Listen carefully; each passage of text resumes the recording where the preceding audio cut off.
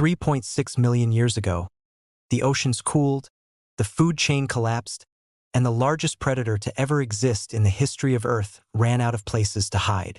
The Megalodon, 60 feet long, paused 10 times the bite force of a great white. A creature so large it could have swallowed a great white shark whole. Pause, and then one day the fossils just stop. But here's the thing. The deep ocean never cooled the way the surface did. Pause. Beat. What if one population never came up to the surface at all? What if, right now, somewhere in the deepest, darkest, least explored parts of the Pacific, something is still down there?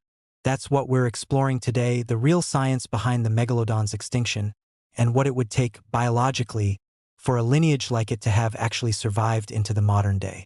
Let's get into it. To understand how something this big could ever exist, you have to understand the world it was built for. 20 million years ago, the oceans were warmer, richer, and absolutely packed with food. Whales were smaller then, migrating in huge numbers through shallow coastal waters, and an ocean that warm could support an apex predator on a scale nothing alive today comes close to. The megalodon wasn't just a bigger version of a great white. Its entire body was a different kind of machine. Pause, a jaw wide enough to fit two adult humans standing side by side. Teeth the size of a human hand, serrated like a steak knife, built to shear through blubber and bone in a single bite. Pause, and a bite force estimated at somewhere between 40,000 and 180,000 newtons. For comparison, a great white tops out at around 4,000. This wasn't an animal that had to work hard for its meals. It was an animal the ocean had built around. For roughly 13 million years, the megalodon sat at the very top of the marine food chain, with nothing on Earth able to challenge it. Not orcas, not sperm whales, nothing. Pause, it was, without exaggeration, the single most dominant predator any ocean on this planet has ever produced. And then the world changed underneath it.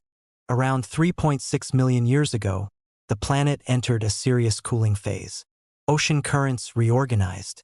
Pause, sea levels dropped as ice sheets expanded at the poles. And the shallow, warm coastal seas that Megalodon depended on for hunting, the nurseries where its young grew up, safe from bigger predators, started disappearing. This mattered more than it sounds like it should, because Megalodon, like every large shark, was almost certainly at least partially dependent on warm water to regulate its metabolism efficiently at that size. Some researchers argue it may have had limited regional endothermy, meaning it could keep certain parts of its body warmer than the surrounding water, similar to modern great whites, but at a scale that still required enormous amounts of warm water and enormous amounts of food to sustain. As the oceans cooled and those coastal nurseries vanished, juvenile megalodons lost the sheltered environments they needed to survive their most vulnerable years. At the same time, their prey was changing too. Pause, whales were evolving to be faster, migrating into colder, deeper waters that a heat-dependent giant would have struggled to follow efficiently. And there was new competition. This was exactly the period when orcas, highly intelligent, warm-blooded, pack-hunting predators, were expanding rapidly across the world's oceans. Pause, unlike Megalodon, orcas could thrive in cold water without any thermal penalty at all, and they hunted in coordinated groups, which meant they could take down prey that a solitary ambush predator like Megalodon would have struggled to match. Between the shrinking warm nurseries, the changing prey, and rising competition from smarter, more adaptable hunters, the fossil record shows Megalodon's numbers declining sharply over roughly 1 million years, until the last confirmed fossils simply stop appearing, around 3.6 million years ago. That's the accepted scientific story. Extinction driven by climate change and competition. And for the vast majority of the ocean, that's almost certainly exactly what happened. But the vast majority of the ocean is doing a lot of work in that sentence. Part 3, the place that never changed. Here's what most people don't think about when they picture the deep ocean. It doesn't experience seasons.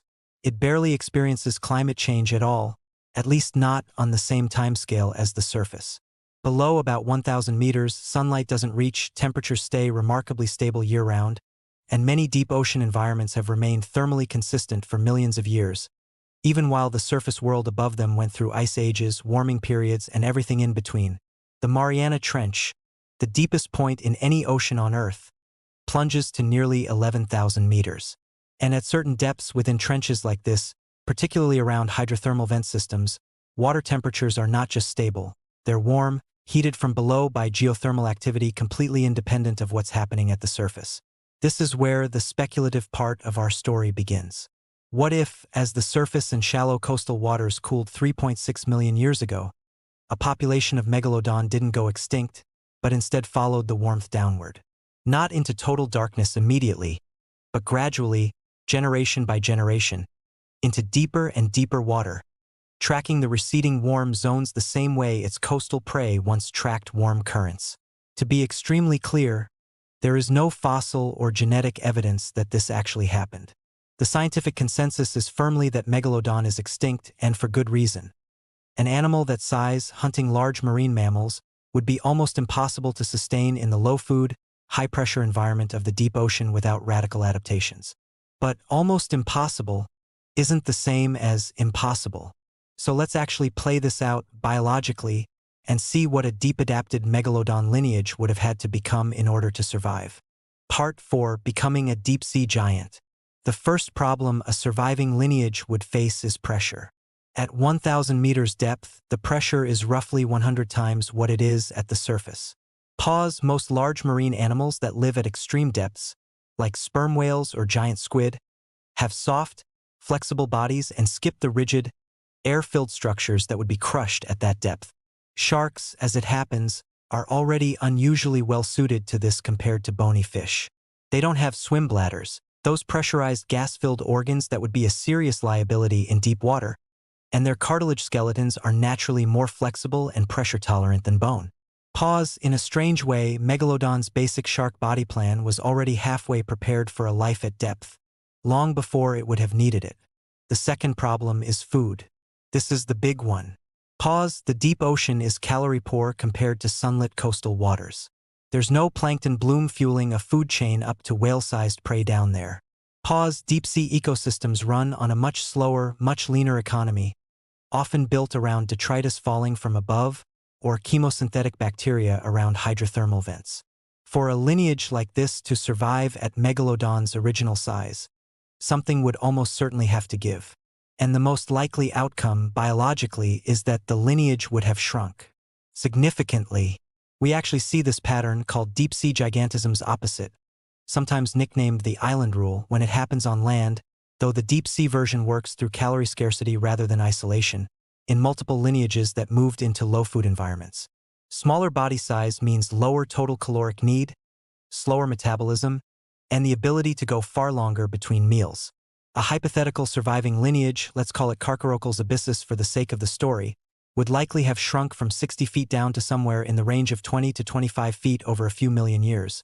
Still an enormous, apex-level predator by any modern standard, comparable to a large great white or small sperm whale, but a fraction of its ancestral size and, critically, small enough that the deep ocean's limited food supply could actually sustain a viable population.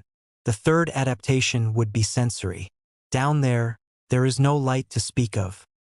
Vision, while sharks retain decent low-light vision compared to many other fish, would become secondary to two other systems sharks already have in spectacular form.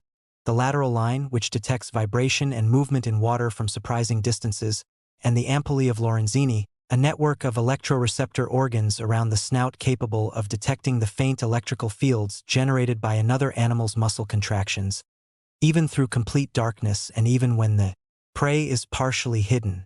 A deep-adapted descendant would likely have these systems significantly enhanced over millions of generations, essentially replacing eyesight as the primary hunting sense, the same way many deep-sea predators today rely on bioluminescence detection, vibration, or chemical trails instead of vision.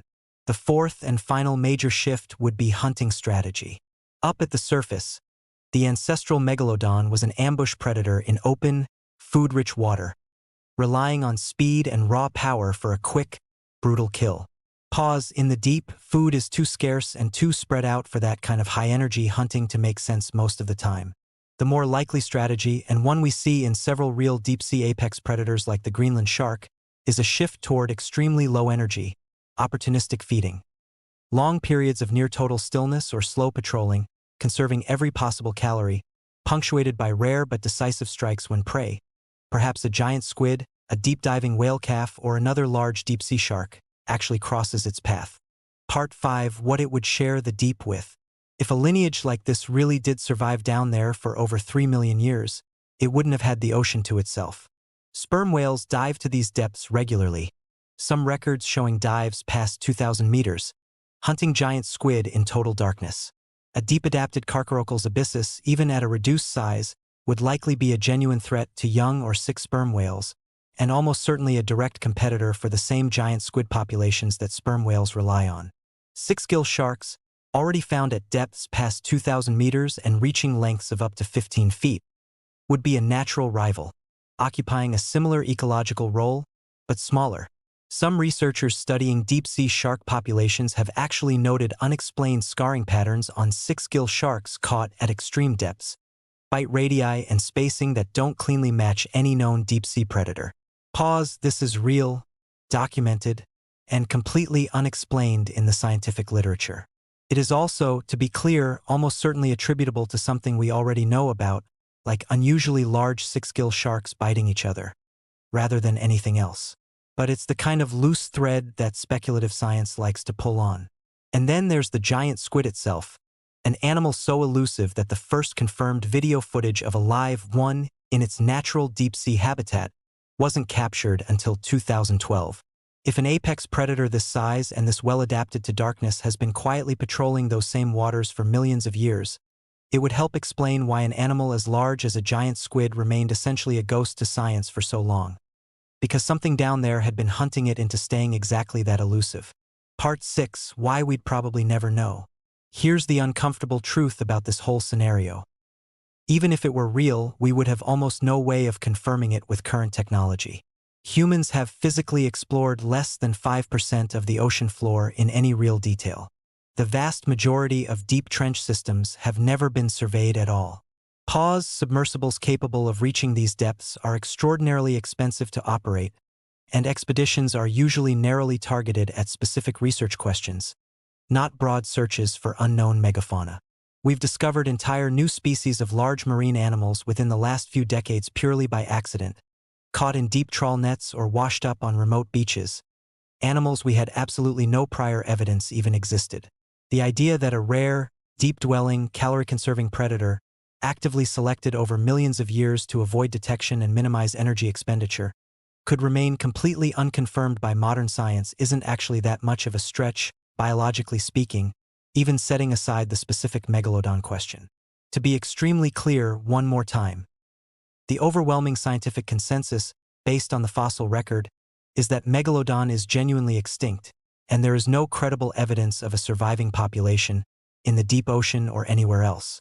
This entire episode has been a speculative thought experiment grounded in real biology and real deep-sea science, not a claim that this creature is actually still out there.